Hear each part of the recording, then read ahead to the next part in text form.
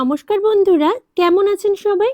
আশা রাখছি আপনারা প্রত্যেকেই ভীষণ ভালো আছেন। টক ঝাল মিষ্টি ইউটিউব চ্যানেলের নতুন একটা রেসিপি ভিডিওতে আপনাদের সকলকে জানাই আন্তরিকভাবে স্বাগত। আজ আমি আপনাদের সাথে শেয়ার করব এমন একটা মিষ্টির রেসিপি যেটা কিন্তু কোনো দোকানেই কিনতে পাওয়া যাবে না। আর এভাবে একবার বানিয়ে পরিবেশন করলে যারাই মিষ্টিটা খাবে তারা কিন্তু অবশ্যই আপনার কাছে এই মিষ্টিটা তৈরির পদ্ধতি জানতে চাইবেই। আপনার নিজেরও ইচ্ছা করবে বারবার এই মিষ্টিটা বাড়িতে বানাতে। তো চলুন কথা না বাড়িয়ে আজকে চলে যাই মূল রেসিপিতে। আমি কিন্তু মিষ্টিটা তৈরির জন্য এখানে 2 লিটার দুধ ব্যবহার করছি। দুধটাকে বেশ কিছুক্ষণ ধরেই আমি জাল করে নিচ্ছি, আর আপনারা দেখলে বুঝতেই পারবেন কতটা ঘন করে সর পড়ে গিয়েছে। এই দুধ চালটা যত সুন্দরভাবে হবে মিষ্টিটা তৈরির পর কিন্তু খেতে ততই বেশি সুন্দর হবে। বেশ অনেকক্ষণ ধরে দুধটা আমি জাল করেছি মিডিয়াম ফ্লেমে। দুধটা যাতে কোনো প্রকারে উতলে পড়ে না যায় আমি কিন্তু একটা হাতার সাহায্যে অনবরত নাড়িয়ে দিচ্ছি। আর এবার বেশ খানিকক্ষণ জাল করে নেওয়ার পর আমি কিন্তু বেশ কিছুটা দুধ অন্য একটা পাত্রেও তুলে নিলাম। অর্থাৎ এবার আমি দুটো আলাদা আলাদা পাত্রে দুধটাকে জাল করে নিচ্ছি। প্রায় মিনিট 15 সময় ধরে আমি কিন্তু মিডিয়াম ফ্লেমে বড় পাত্রে দুধটাকে জাল করে নিয়েছিলাম। আর এবার একটা ছোট পাত্রে 500 মিলি মতো দুধ আমি তুলে নিয়েছি আলাদা করে জাল করব বলে। বড় পাত্রে দুধের মধ্যে আমি দিয়ে দিলাম 4টে এলাচ ফাটিয়ে। এলাচ গুঁড়ো থাকলে এলাচ গুঁড়োও ব্যবহার করা যায়, তবে আমার কাছে যেহেতু নেই আমি এলাচ ফাটিয়ে দুধের মধ্যে দিয়ে জাল করে নিচ্ছি। অন্য আরো একটা পাত্রেও আমি 500 ml মতো দুধ তুলে নিয়েছি, সেটাকেও আলাদাভাবে জাল করছি। তার মধ্যে নিয়ে নিলাম 100 গ্রাম মতো মিল্ক পাউডার। খুব ভালোভাবে নাড়িয়ে চাড়িয়ে মিশিয়ে নিচ্ছি একটা চামচের সাহায্যে।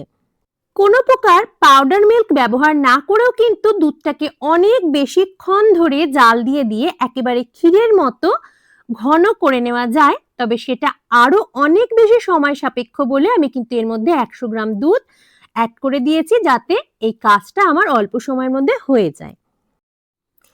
আমি যেই দুধটার মধ্যে মিল্ক পাউডার যুক্ত করে দিলাম সেই দুধটা কিন্তু একেবারে ঘন ক্ষীরের মতো করব না, তবে কিছুটা ঘন করে নেব।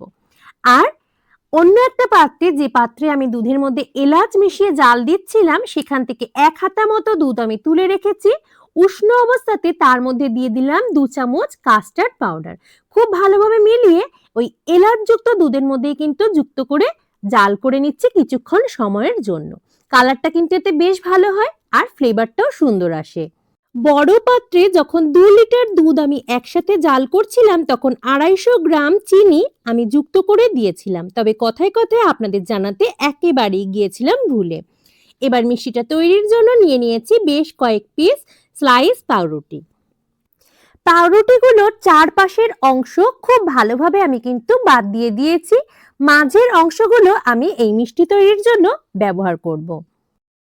পাউরুটিগুলো না সেকেও কিন্তু মিষ্টিটা তৈরি করা যায়, তবে আমি যেভাবে দেখাচ্ছি এভাবে করে নিলে কিন্তু স্বাদটা অনেকটাই বেড়ে যায়। পাউরুটিটাকে আমি সেকে নেব, তার জন্য একটা ফ্রাই প্যান গরম করে নিয়েছি প্রথমে, আর তার মধ্যে নিয়ে নিচ্ছি বেশ কিছু পরিমাণ ঘি। ঘিটা অল্প সময়ের জন্য গরম করে নিয়ে আমি একে একে কিন্তু পাউরুটির এপিঠ ওপিঠ দুপিঠে একটু লালচে হওয়া অবধি অপেক্ষা করে সেকে নেব। ঘিটা সুন্দরভাবে গলে গেছে আর বেশ গরমও হয়ে গেছে। এবার একে একে পাউরুটির পিসগুলো আমি সেকে নেব। প্রথম অবস্থাতেই উল্টে পাল্টে দেব, যাতে একটা পিঠেই এই যে ঘিয়ের অংশটা শুষে না নেয়। তাই অল্প সময় দেওয়ার পরে কিন্তু তাড়াতাড়ি করে এপিঠ ওপিঠটা উল্টে দেব। পাউরুটিগুলোকে একইভাবে যে কটা ব্যবহার করছি সে কটাকে আমি ঘিয়ে হালকা ভেজে তুলে নেব। এদিকে যে কাস্টার্ড পাউডার মিশিয়ে দুধটা আমি তৈরি করেছিলাম সেটাও তৈরি হয়ে গেছে। আর আগে আমি বলেছি ক্ষীরটাকে আমি কিন্তু একেবারে ঘন করব না, আমি একটু পাতলা রেখেছি। সেই দুধটাও তৈরি করে নিয়েছি। আমি একটা নিয়ে নিয়েছি চৌকো কেক টিন, সেই কেক টিনের মধ্যে মিষ্টিটাকে সেট হতে দেব। একে একে 4টে পাউরুটি আমি প্রথম লেয়ারের জন্য সাজিয়ে নিলাম, আর যেটাকে আমি ক্ষীর বানিয়ে রেখেছিলাম অর্থাৎ মিল্ক পাউডার মিশিয়ে যে দুধটা আমি তৈরি করেছিলাম সেই দুধটা কিন্তু হাতার সাহায্যে পাউরুটিগুলোর ওপরে ছড়িয়ে দিচ্ছি। আমার কিন্তু প্রথম লেয়ারটা একেবারে রেডি হয়ে গেল। আর একইভাবে বাকি পাউরুটিগুলো আমি ঘিয়ে সেঁকে নিয়েছি খুব ভালোভাবে। আর পরস্পর ওই 4 পিস করে আমি সাজিয়ে দিচ্ছি এই কেক টিনটার মধ্যে।